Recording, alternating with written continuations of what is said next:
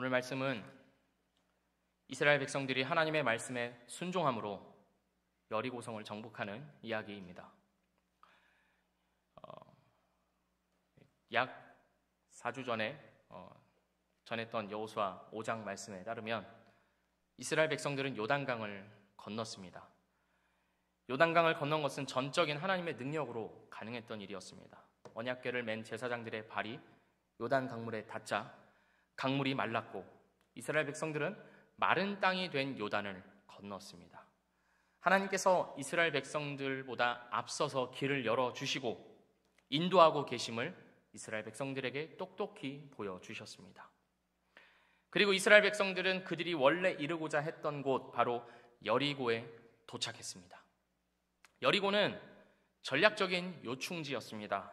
여리고는 가나안 땅 주요 거점들로 향하는 길목에 위치해 있었기 때문에 이스라엘 백성들이 앞으로 이어질 그 가나안 땅의 모든 전쟁들을 수행하기 위해서는 여리고를 첫 거점지로 반드시 정복해야 했습니다.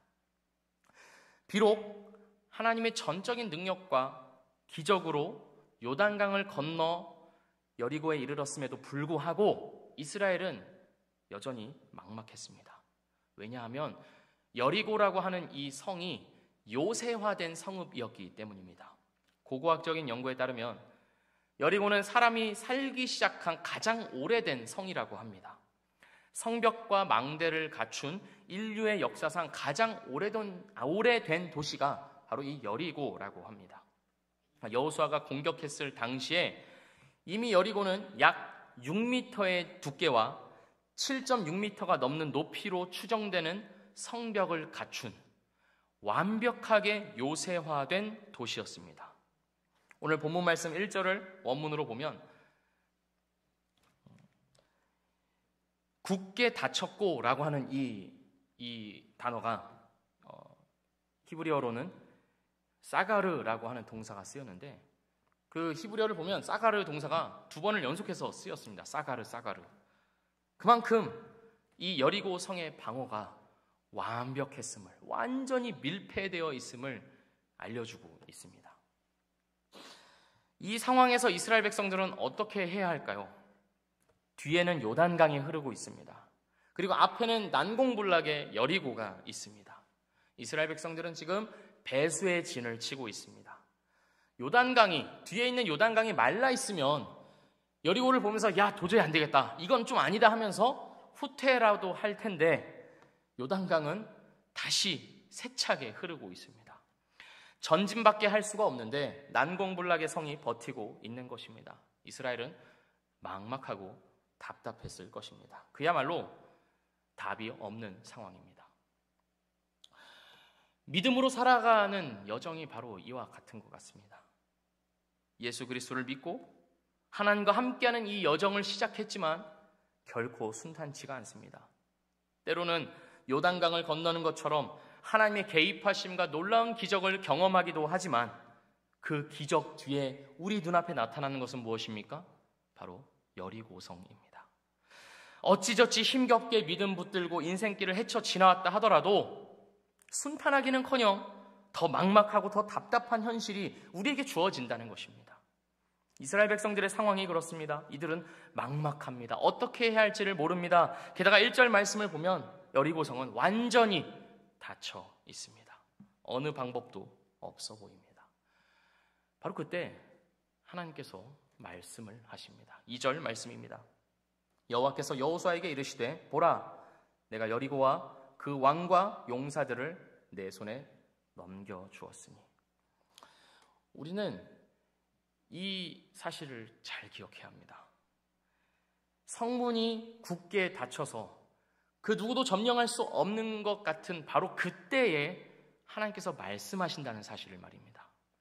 여리고성이 아무리 굳게 닫혀 있을지라도 하나님께서 말씀하시면 그 말씀 가운데 답이 있다는 사실을 우리는 기억해야 합니다. 하나님의 말씀에 답이 있습니다. 하나님이 말씀으로 역사하십니다. 하나님은 말씀으로 길을 여시고 말씀으로 통치하십니다. 하나님의 그 말씀이 무엇입니까? 너의 손에 넘겨주었다라고 하는 말씀입니다. 너의 손에 넘겨주었다. 이게 말이 안 되지 않습니까? 내 손에 넘겨졌다.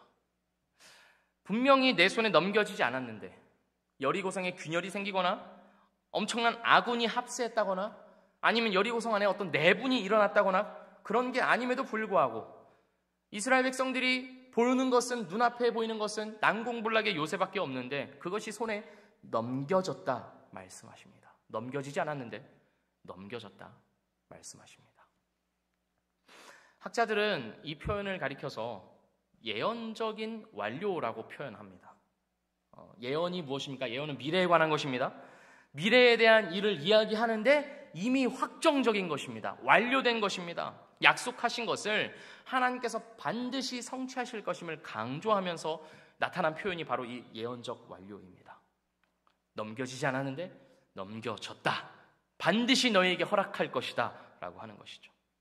그리고 그 약속을 반드시 성취하실 것임을 말씀하신 하나님께서 이제 이스라엘 백성들이 해야 할 일들을 말씀해 주시는데 그 내용이 바로 3절에서 5절에 기록되어 있습니다. 제가 빠르게 다시 한번 읽겠습니다. 너희 모든 군사는 그 성을 둘러 성 주위를 매일 한 번씩 돌되 엿새 동안을 그리하라. 제사장 7은 7 양각나팔을 잡고 언약궤 앞에서 나아갈 것이요 7째 날에는 그 성을 7번 돌며 그 제사장들은 나팔을 불 것이며 제사장들이 양각나팔을 길게 불어 그 나팔 소리가 너희에게 들릴 때에는 백성은 다 큰 소리로 외쳐 부를 것이라. 그리하면 그 성벽이 무너져 내리리니 백성은 각기 앞으로 올라갈지니라 하시매. 이 3절에서 5절 말씀을 요약하면 무엇입니까? 하나님께서 여리고와 왕과 용사들을 이스라엘의 손에 넘겨주었는데 그들이 해야 할 것은 무엇이냐? 성을 돌라는 것입니다. 제사장과 군사들이 성을 돌 것을 명령하십니다. 더 구체적인 내용으로는 제사장들이 나팔을 불면서 성을 돌고 그리고 언약궤를 매면서 성을 도는데 그 제사장을 가운데 두고 앞서가는 군사들이 있고 또 후군으로 뒤따르는 군사들이 있습니다. 그렇게 하루에 한 번씩 진영을 갖춰서 돕니다. 그것을 6일 동안 돌고 마지막 7째 날에는 똑같이 하는데 그걸 7번 돌라고 말씀하십니다. 그리고 제사장들이 나팔로 신호를 길게 줄 때 모든 백성이 함성을 와 하고 지르라고 말씀하십니다. 그때에 이 성벽이 무너질 것이다. 우리는 사실 이 이야기를 너무나도 잘 알고 있습니다. 우리는 이 성벽이 무너져 내린 것도 너무 잘 알고 있고 하나님의 말씀대로 이미 이루어졌다는 것을 너무나도 잘 알고 있기 때문에 이 상황에 들어가기가 쉽지가 않습니다. 그렇게 됐어. 그렇게 이루어졌어. 하나님께서 그렇게 이루셨지 하면서 우리는 받아들이죠. 하지만 우리는 그 이스라엘 백성들이 앞으로 일어날 일이 무엇인지에 대해서 전혀 알지 못했다는 것을 인지하면서 이 상황을 잘 봐야 합니다. 전쟁이라고 하는 것은 특히 이 성을 공략하는 공성전이라고 하는 것은 일단 굉장히 불리함을 안고 시작하는 전쟁입니다. 공격보다는 방어하는 쪽이 훨씬 유리하기 때문입니다. 그래서 여러 가지 방법이 필요합니다. 공성차가 필요합니다. 높이 쌓아 올려서 성벽에 닿아서 건너갈 수 있게 해주는 그 공성차가 필요하고 또 방벽을 만들어서 적군의 화살을 막으며 우리 역시 공격할 수 있는 그런 방벽이 필요합니다.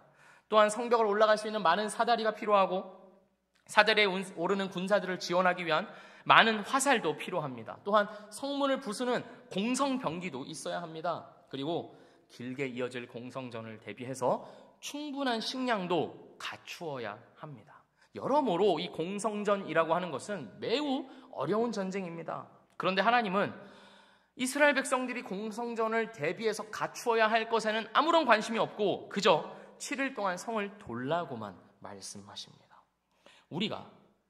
여러분이 백성 중에 한 명이었다면 어떻게 반응하시겠습니까? 이런 방법으로 어떻게 성을 함락할 수 있냐고, 말도 안 되냐고, 하나님 어떻게 그렇게 비상식적인 방법을 말씀하실 수 있냐고 하면서 대뜸 반발하지 않겠습니까? 뭐라도 해야 하는 것 아니냐고 하면서 말이죠. 그런데 여기서 주목할 점은 무엇이냐면 이스라엘 백성들이 하나님의 말씀대로 행한다는 것에 있습니다. 그 누구도 하나님의 방법에 대해서 의문을 제기하는 사람이 없습니다. 이것이 어떻게 성벽을 무너뜨리게 한단 말입니까? 이것이 어떻게 전쟁을 수행하는 방법이라는 말입니까? 이렇게 의문을 제기하는 사람 없이 하나님께서 말씀하신 그대로를 행한다는 것, 우리는 이 사실에 주목해 보아야 합니다. 왜 그랬을까요? 누가 봐도 비상식적인 말씀을 하고 계시는데 그 비상식적인 하나님의 말씀을 이들은 어떻게 그대로 수행했냐는 말입니다. 왜냐하면 이스라엘 백성들은 그것밖에 할 수 있는 일이 없었기 때문입니다. 이스라엘 백성들에게 다른 방법이 없었습니다. 그들에게 힘과 능력이 있었더라면, 공성전에 필요한 충분한 무기와 도구들이 갖춰져 있었더라면 그들은 그걸 가지고 어떻게든 해보려고 했을 것입니다. 하지만 이스라엘 백성들은 이제 막 광야 생활을 마친 터라 아무것도 가진 것이 없었습니다. 할 수 있는 것이 없었습니다. 무능력했습니다. 그래서 하나님께서 뭐라고 말씀하시는가에 대해서 잘 듣고 순종하는 것 외에는 다른 방법이 없었습니다. 할 수 있는 것이 없어서 하나님만 바라볼 수밖에 없는 그 자리까지 하나님께서 인도해 가셨던 것입니다. 하나님께서 예수 그리스도를 믿고 믿음의 여정을 시작한 우리의 삶 가운데 행하시는 일이 이와 같습니다. 하나님 말고는 바라볼 곳이 없는 자리로 우리를 데려가십니다. 연약하고 낮은 자리로. 하나님이 일하는 것 말고는 다른 방법이 없다라고 고백할 수밖에 없는 그 자리로 우리를 데려가신단 말입니다. 우리의 평생에 걸쳐서 말이죠. 이유가 무엇입니까? 하나님께서 일하시기 위해서입니다. 우리가 할 수 있는 것이 없어야 하나님의 능력과 위엄과 기사와 기적이 드러나기 때문입니다. 우리가 사실은 그렇게 다 하나님의 일하심을 경험해 왔습니다. 내가 능력이 많고 내가 잘나고 내가 자랑스럽고 내가 만족스럽고 나 자신으로 충만할 때는 우린 하나님을 볼 수 없습니다. 하나님이 보이지 않습니다. 하나님이 필요가 없습니다. 그러나 내가 비천하고 연약함을 처절하게 느낄 때, 막막한 현실 앞에서, 거대한 성벽 앞에서 그것을 넘어설 아무런 답이 내게 없다는 것을 우리가 절감할 때 우리는 하나님을 보게 되고 하나님의 말씀에 귀를 열게 됩니다. 그래서 할 수 있는 것이 없다는 것이 참 은혜입니다. 하나님의 말씀에 순종할 준비가 되어 있는 것입니다. 하나님께서 허락하시는 참된 승리로 나아갈 준비가 되어 있는 것입니다. 그래서 예수를 믿고 살아가는 자들에게는 답이 없는 인생이 주어집니다. 내가 할 수 있는 것이 아무것도 없는 자리에 놓이게 됩니다. 여기 앉아 계신 우리 성도님들 중에 지금 내가 이렇게 살고 싶었다라고 말할 수 있는 분이 계십니까? 오늘 지금 나의 삶이 내가 어렸을 때부터 늘 꿈꾸고 바라왔던 현실이다라고 말씀하실 수 있는 분이 계십니까? 설령 그렇게 말할 수 있는 사람이라 할지라도 삶의 면면을 잘 보면 모든 것이 자기가 바라고 꿈꾸는 조건에 다 들어맞지는 않을 것입니다. 어디 하나는 아쉬운 것이 있고 아픔이 있고 빈틈이 있고 해결되지 않는 그 조건 속에 들어가 있습니다. 그런데 오늘 본문은 우리에게 무엇을 말하고 있습니까? 바로 그 답이 없는 현실이야말로 하나님께서 우리에게 역사하시고 하나님의 승리를 가져다 주시는 조건이다 라고 이야기하고 있다는 것입니다. 우리의 무능력함이, 우리의 연약함이 하나님의 일하심을 바라보게 하며 하나님의 승리로 나아갈 수 있게 한다는 것입니다. 하나의 역설인 것이죠. 그러니 우리는 우리의 삶의 어떤 형편을 가지고 우리의 삶을 평가하거나 나를 향한 하나님의 일하심을 의심해서는 안 됩니다. 내가 이렇게밖에 살지 못하는데 내가 어떻게 하나님의 백성이라 말할 수 있겠는가? 내가 남들과 나의 삶을 비교해 봤을 때 내가 뭐 자랑할 것도 없고 잘난 것도 없고 내세울 것도 없는데 내가 나를 봐도 삶이 그렇게 좋은 게 없는데 어떻게 내가 하나님의 그 백성된 삶을 살아갈 수 있다고 할 수 있으며 어떻게 하나님이 나를 사용하실 수 있겠는가? 우리가 그렇게 판단해서는 안 되는 것입니다. 세상에서 사람들을 평가하고 판단하는 그 조건들을 가지고 와서 나의 삶에 빗대려는 그 유혹을 우리는 과감하게, 단호하게 거부해야 한다는 것입니다. 제가 어렸을 때 미국에 아주 짧게 있었던 적이 있습니다. 그때 제가 많은 것들이 혼란스러웠지만 그중 하나가 무엇이었냐면 그 단위에 관한 것이었습니다. 센티미터나 미터, 킬로미터가 아닌 마일, 인치, 피트, 야드, 생소한 그런 단위를 쓰고 섭씨가 아닌 화씨, 지금 140 몇 도 이러는데 뭐라고요? 근데 그 화씨였던 것입니다. 그러니까 그런 것들이 굉장히 이렇게 환산하기가 힘들었고 또 이게 어려웠습니다. 그 이유가 무엇입니까? 저에게는 이미 한국에서 쓰는 단위가 익숙했기 때문입니다. 마찬가지입니다. 우리는 그리스도인은 예수님을 믿고 믿음의 여정을 이미 시작한 우리들은 그러지 않은 자들과는 다른 단위를 사용하고 있다는 것입니다. 완전히 다른 평가 기준을 갖고 살아간다는 것입니다. 우리의 무능력함과 무가치함은 아무 쓰잘데기 없는 것처럼 보이지만 사실은 하나님의 일하심의 조건이 된다는 것입니다. 세상에서 참으로 보잘것없고 참으로 좀 하찮다라고 보이는 그것들이 사실은 하나님께서 우리 삶 가운데 일하시기 위한 조건으로서 우리에게 주어져 있다는 것입니다. 뭐가 잘됨으로, 하나님이 나의 기도에 응답해 주심으로, 내가 원하는 바를 이루어 주심으로 하나님을 확인하려고 하지 마십시오. 오히려 내가 아무것도 아님을 확인하게 되는 그때야말로 하나님께서 나에게 역사하시는 시점이 된다는 것을 우리는 기억해야 합니다. 그 하나님은 그렇다면 우리 삶 가운데 어떻게 역사하십니까? 바로 우리로 하여금 하나님의 어리석음에 동참시킴으로써 역사하십니다. 우리로 하여금 하나님의 어리석음에 동참하게 하심으로 하나님은 우리 삶 가운데 역사하십니다. 하나님께서 여호수아에게 약속하셨습니다. 너희 손에 넘겨주었다. 너희 손에 넘겨주었다고 하는 그 승리와 영광을 주시는 데 있어서 어리석어 보이는 하나님의 말씀을 듣고 순종하게 하십니다. 그리고 그 순종을 사용하셔서 하나님의 승리를 우리에게 허락하신다는 것입니다. 하나님께서 여호수아를 통해 백성들에게 말씀하셨습니다. 성벽을 돌아라. 군사들이 앞장서고 하나님의 언약궤와 나팔을 부는 제사장들이 그 뒤를 따르고 나머지 군사들이 그 뒤를 따르면서 성벽을 하루에 한 바퀴 돌라고 말씀하십니다. 그런데 거기에는 하나의 엄중한 조건이 들어가 있습니다. 10절 말씀입니다. 여호수아가 백성에게 명령하여 이르되 너희는 외치지 말며 너희 음성을 들리게 하지 말며 너희 입에서 아무 말도 내지 말라. 그리하다가 내가 너희에게 명령하여 외치라는 날에 외칠지니라. 이스라엘 백성들은 아무 말도 하지 않은 채 그저 잠잠히 성벽을 돌아야 했습니다. 그들이 왜 그것을 돌아야 하는지 서로 논의하거나 의문을 제기해서는 안 되는 것이었습니다. 그저 그들은 침묵을 유지한 채 하나님의 명령에 순종하며 성벽을 돌아야 했습니다. 그 시간은 어떤 시간이었을까요? 전쟁 가운데 있습니다. 근데 전쟁 중에 하나님의 언약궤를 가운데 두고 성벽을 돌고 있습니다. 아마도 그것은 굴욕과 치욕의 시간이었을 것입니다. 우리의 상상력을 조금 활용해 보면 이렇습니다. 여리고는 성문을 꼭꼭 걸어 잠궜습니다. 그리고 성문을 꼭꼭 걸어 잠궜다는 것은 그만큼 이스라엘을 경계하고 두려워하고 있었다는 것입니다. 긴장한 상태로 성벽 너머 이스라엘의 행동 하나하나를 매우 주시하고 있었을 것입니다.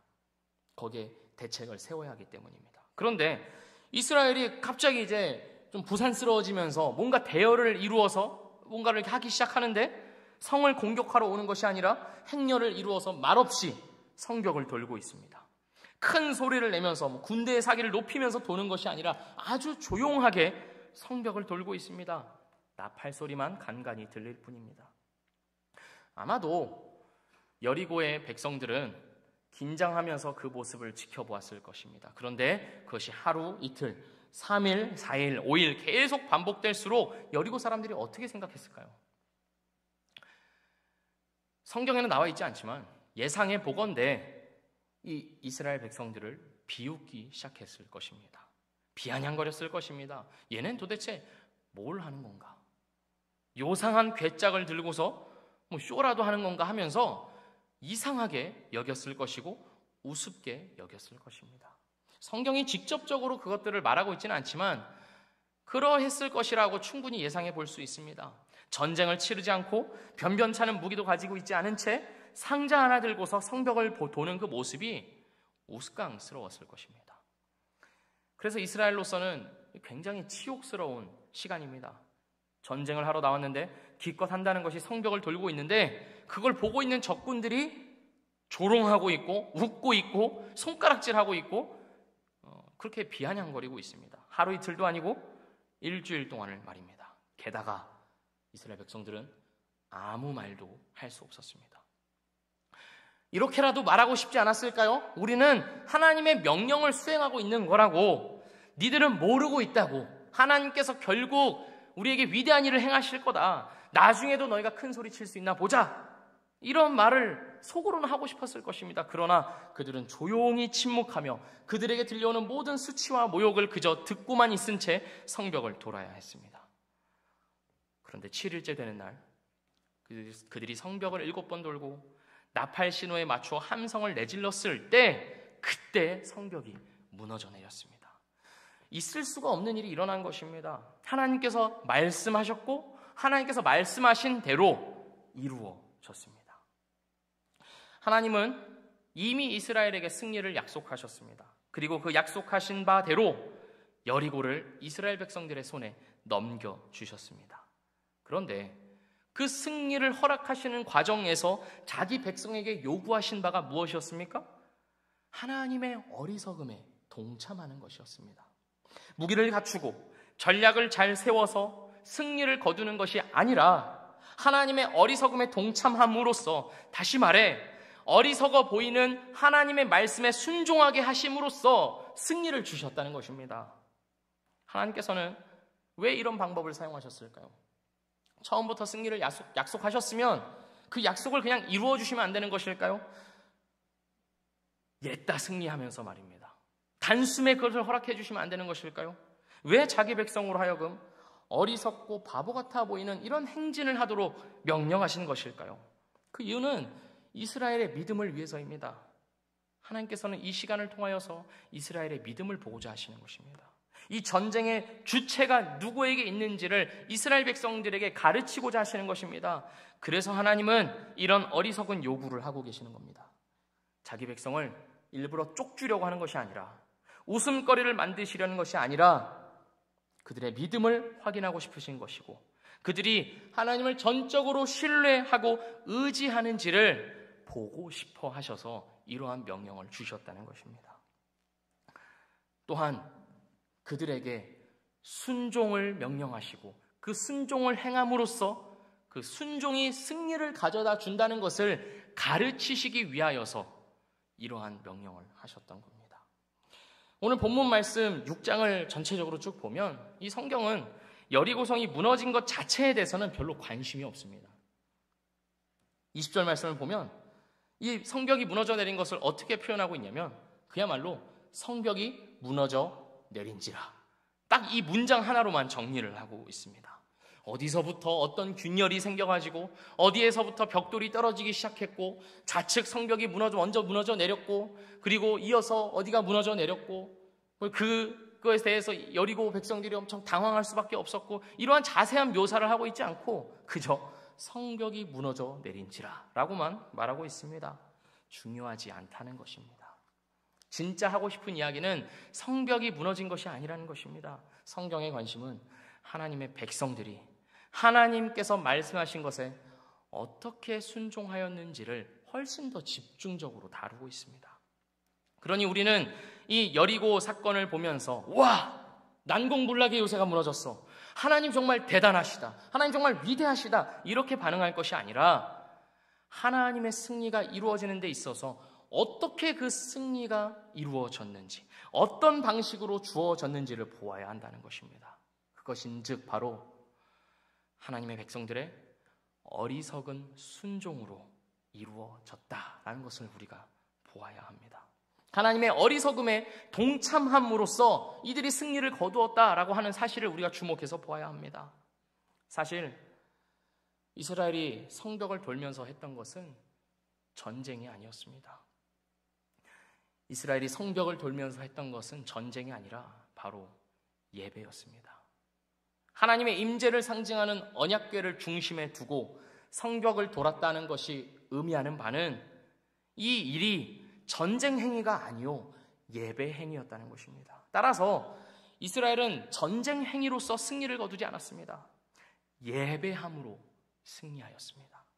전쟁의 한복판에서 하나님을 예배함으로써 전적으로 하나님을 신뢰하고 의지하고 찬양하고 경배함으로써 이들은 말도 안 되는 승리를 거두었습니다. 그 어떤 강한 군대도 이루어낼 수 없는 승리를 하나님을 예배함으로써 이루어냈다는 것입니다. 하나님께서 자기 백성에게 요구하시는 것은 전쟁을 잘 치르는 것이 아닙니다. 하나님께서 자기 백성에게 요구하시는 것은 전쟁 앞에서도 하나님을 온 맘 다해 예배하는 것입니다. 하나님의 백성은 전쟁을 잘 준비하고 수행함으로써 승리하는 것이 아니라 하나님을 예배함으로써 승리합니다. 전심으로 하나님을 사랑하고 전적으로 의지함으로, 전적으로 말씀에 순종함으로 승리합니다. 그러니 우리가 이 믿음의 여정을 나아가는 우리가 우리의 인생에서 가장 중요하게 여겨야 할 것은 내가 하나님 앞에서 예배자로 살아가고 있느냐 하는 것입니다. 내가 살아가는 이유가 하나님을 예배하는 것이고 하나님을 찬양하고 하나님께 영광을 돌려드리기 위해서 살아가고 있는가? 아니면 나의 무엇을 이루기 위하여서, 성취하기 위하여서, 만족하고 행복하기 위하여서 하나님을 도구로 여기며 살아가는가? 하나님 그분 자신이 나의 목적이 되어 있는가? 아니면 하나님을 사용하여서 나의 어떤 목적을 이루어가고자 하는가를 우리는 늘 면밀하게 살펴보아야 합니다. 예배 드릴 때만 하나님을 찬송하고 높이는 것이 아니라 우리의 삶 전체가, 우리가 가고 있는 그 걸음 하나하나가, 우리가 추구하는 그 인생의 방향과 목적 자체가 하나님을 예배하고 있는가? 그분 한 분만을 사랑하고 그분의 뜻을 이루기 위한 삶을 살아가고 있는가? 우리는 그것을 살펴보아야 합니다.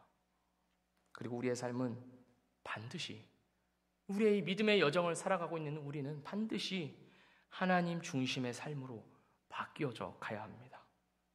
우리가 가장 소원하는 바가 하나님의 뜻과 목적을 이루는 것이어야 합니다. 하나님께서 우리에게 허락하신 이 구원이라고 하는 것이 싸구려 취급받아서 그냥 천국 가는 어떤 티켓 정도로 여겨지는 것이 아니라 우리에게 허락하여 주신 그 구원이 완성을 이루는 그 날까지 계속해서 나아가는 삶이 되어야 하는 것입니다. 구원의 논리가 작동하는 우리의 삶이 되어야 한다는 것입니다. 어떻게 하나님의 뜻을 이 땅 가운데서 이루어내고 살아가야 할지 치열하게 고민하며 또한 나의 일상 가운데 허락하신 환경과 사람들 속에서 행동으로 옮기며 살아가야 한다는 것입니다. 그리고 그 길은 분명히 어리석은 길입니다. 어리석어 보이는 길입니다. 우리 스스로도 좋아하지 않는 모습일 것입니다. 우리는 그것을 두려워하고 있을지도 모릅니다. 우리가 원했던 삶이 아니기 때문입니다. 우리의 본성이 요구하는 삶이 아니기 때문입니다. 그 어리석어 보이는 그 길은 아마도 우리의 개인적인 욕심들을 내려놓고 즐기고 싶은 것, 이루고 싶은 것, 하고 싶은 것, 누리고 싶은 것을 포기하는 것에서부터 시작할지도 모릅니다.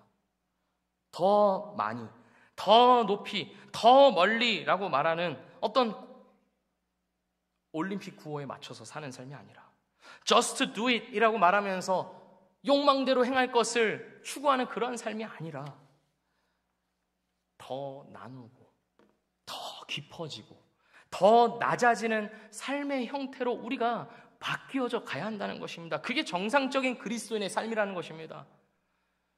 내가 무엇을 원하지? 내가 무엇을 이루고 싶어 하지? 거기에 초점이 맞춰진 삶이 아니라 성령의 소욕에 맞춰져서 하나님께서 나를 통해 무엇을 이루고 싶어 하시는가? 나를 통한 하나님의 뜻은 무엇인가에 맞추어져 가는 삶이어야 한다는 것입니다. 나 자신이 하나님의 충만함으로 충만해지며 그 충만함이 다른 곳으로까지 이어져 생명이 흘러가고 사람이 세워지고 공동체가 세워지고 영혼이 살아나는 그러한 삶으로 우리가 나아가야 한다는 것입니다. 하나님께서 우리를 그렇게 사용하기를 원하십니다. 우리 각자를 구원하시고 이 구원의 여정을 통하여서 성장해가는 우리의 삶을 통하여서 그 구원이 우리 가운데 머물러 있는 것이 아니라 흘러 넘쳐서 나를 통해 세상이 복을 받길 원하신다는 것입니다. 아유, 나는 그 정도까지는 아니에요. 만약 그렇게 우리가 이야기하고 있다면 우리 자신이 여리고입니다. 나는 그렇게까지는 살고 싶지 않아요. 우리 자신이 굳건하게 닫혀있는 여리고입니다. 구원의 결과만 누리고 싶어 하지 구원의 여정은 살기 싫어하는 기이한 현상이라는 것을 기억하셔야 합니다. 하나님의 어리석음에 동참하기 싫어하면서 승리는 하고 싶어하는 어떤 기괴한 신앙이라는 것을 잊지 마십시오. 우리가 그러한 길을 가서는 안 되는 건 아니겠습니까? 우리 삶 가운데 성경을 읽을 시간이 없다면, 너무 바빠서 기도를 할 시간이 없다면, 일하는 것이 바쁘거나 내가 좋아하는 취미를 포기할 수가 없어서 주일 예배를 드릴 시간조차 없다면, 하나의 예를 드는 겁니다만 우리는 굉장히 잘못 살고 있는 것입니다. 우리의 마음과 우리의 중심이 어디에 있는지를 여실히 보여주고 있는 것입니다. 하나님보다 나를 앞세우고 있는 것이고 기이한 신앙의 형태를 만들어가고 있는 것입니다. 날이 갈수록 하나님의 충만함으로 충만해지는 삶이 아니라 나로 충만해지는, 하나님의 이름을 부르기는 부르지만 결국에는 나의 욕심과 자랑으로 충만해지는 불행한 삶으로 가고 있다는 것을 우리는 경각심을 가져야 할 것입니다.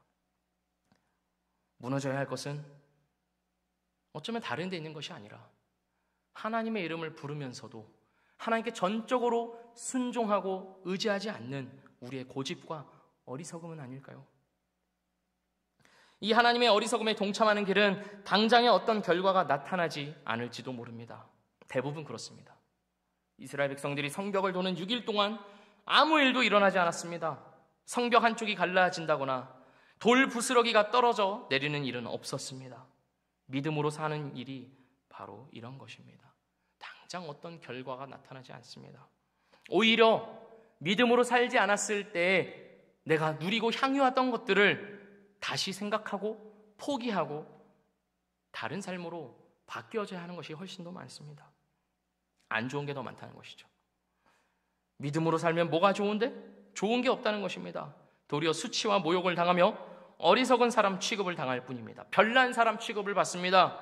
그러나 하나님이 정하신 때 모든 것이 뒤집히게 될 것입니다. 수치와 모욕이 승리와 영광으로 바뀌어져 갈 것입니다. 우리는 그 과정으로 부름을 받았으며 하나님께서 그 인생의 여정 가운데 우리를 두셨습니다. 그러니 사랑하는 미랄교회 성도 여러분, 이 어리석은 행렬에 동참하십시오. 나의 무엇으로 나의 인생을 증명하려고 하지 마십시오. 하나님께서 우리 가운데 이미 이루어 놓으신 승리, 예수 그리스도의 십자가 죽음과 그 죽음을 통하여서 사망을 이기신 그 승리가, 부활 승리가 우리에게 이미 약속되어 있으며 지금은 그렇게 보이지 않을지라도 우리의 인생 전 여정을 통하여서 이루어지고 있음을 믿고 바라보며 살아가십시오. 예언적인 완료인 것입니다. 이미 우리에게 그 승리가 주어졌습니다. 그리고 우리는 그 승리를 향하여서 나아가고 있습니다. 그리고 그 승리를 이루어가는 유일한 길은 하나님의 어리석음에 동참하는 것뿐임을 기억하십시오. 하나님은 가장 어리석은 방법으로, 죽음이라는 방법으로, 모두가 조롱하고 모두가 아니라고 하는 그 방법으로 자기 백성을 구원하셨습니다. 그리고 하나님께서 그 어리석음으로 우리를 부르십니다. 그 길만이, 하나님께 전적으로 순종하며 의지하며 신뢰하며 사랑하는 그 길만이, 또한 낮아지며 희생하며 포기하며 때로는 죽기까지 해야 하는 그 십자가의 길만이 우리의 인생이 나아가야 할 방향입니다. 마지막 때에 천군 천사의 나팔이 온 우주에 울려 퍼질 때, 주님께서 구름 타고 오시는 그 날에 우리는 함성을 외치게 될 것입니다. 이스라엘 백성들이 여리고성을 도는 그 6일 동안 아무 말도 없이 침묵을 지키며 하나님을 온전히 예배하다가 7째 날에 하나님의 나팔 소리가 들렸을 때 자신들이 낼 수 있는 가장 큰 함성을 부르면서 하나님의 승리를 눈앞에서 목격하였던 것처럼 마지막 때에 우리의 인생을 살아가면서 침묵할 수밖에 없었던 우리는 하나님의 그 승리를 목도하면서 거대한 함성을 지르게 될 것입니다. 어리석어 보이는 이 길을 걸어가면서 우리가 감당해야만 했던 수치와 모욕을, 서름과 아픔을, 그 고난과 괴로움을 단번에 떨쳐버리는 그 날이 우리에게 반드시 올 것입니다. 우리 그때를 생각하며 한번 함성을 질러봤으면 좋겠는데요. 함성을 지르기 전에 나팔 소리가 울려 퍼졌으므로 제가 나팔을 한번 불어보도록 하겠습니다. 제가 나팔을 불 때 성도 여러분께서 나팔 소리가 끝난 뒤에 함성을 질러주시면 되겠습니다. 한번 보도록 하겠습니다.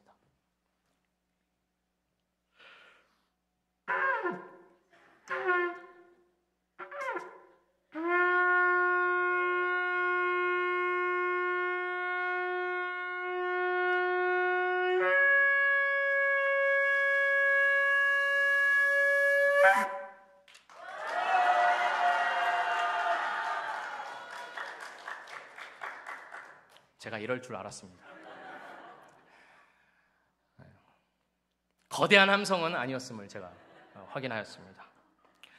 왜냐하면 아직 우리에게 완벽한 승리의 때는 오지 않았기 때문입니다. 또한 제가 분 이 나팔은 마지막 때에 울려 퍼질 그 나팔에 비하면 아직 미약하기 짝이 없기 때문입니다. 하지만 주님께서 다시 오실 때 불릴 그 나팔은 다를 것입니다. 전 우주를 떨게 만드는 우렁찬 나팔 소리일 것입니다. 그리고 그때 우리가 외칠 함성 또한 실로 우렁찰 것임을 믿습니다. 사랑하는 우리 미랄교회 성도 여러분, 하나님과 함께 이 어리석은 행진을 이어 나가기를 원합니다. 어리석어 보일지 몰라도 하나님께서 자기 백성을 위해서 싸우시는 이 길을 묵묵히 하나님을 예배하며 걸어가는 우리가 되기를 주의 이름으로 축복합니다. 마지막으로 고린도전서 1장 27절에서 29절 말씀을 함께 읽고 말씀을 마치도록 하겠습니다. 함께 합니다. 그러나 하나님께서 세상에 미라는 것들을 택하사 지혜 있는 자들을 부끄럽게 하려 하시고 세상에 약한 것들을 택하사 강한 것들을 부끄럽게 하려 하시며 하나님께서 세상에 천한 것들과 멸시받는 것들과 없는 것들을 택하사 있는 것들을 폐하려 하시나니 이는 아무 육체도 하나님 앞에서 자랑하지 못하게 하려 하심이라. 아멘. 하나님의 어리석음에 동참하고 순종함으로써 하나님의 승리와 영광을 향해 나아가는 복된 우리 모두가 되기를 주님의 이름으로 축복합니다. 기도하겠습니다. 하나님 아버지, 주님의 이름을 부르며 우리가 살아가지만 우리는 때때로 아니면 우리의 인생 대부분 하나님의 어리석음에 동참하기를 싫어하며 하나님을 나의 도구로 삼아 나의 원하는 바를 이루는 것을 인생의 목적으로 삼곤 합니다. 하나님, 우리를 불쌍히 여겨주시고 우리에게 새 마음을 허락하여 주셔서 이 땅에서 무언가를 바라고 소망하는 것이 아니오 마지막 때 하나님께서 반드시 이루실 승리와 또한 그때 우리에게 더하여 주실 그 완전한 구원과 그 영광을 바라보며 살아가는 우리가 되게 하여 주시오며 또한 우리의 삶 전 여정을 통하여서 하나님의 말씀에 순종함으로써 세상이 보기에는 어리석어 보일지는 몰라도 하나님 보시기에 기뻐하시는 하나님께서 함께 하시는 그 여정을 걸어가는 복된 우리 모두의 인생이 되도록 인도하여 주시옵소서. 예수님의 이름으로 기도합니다. 아멘.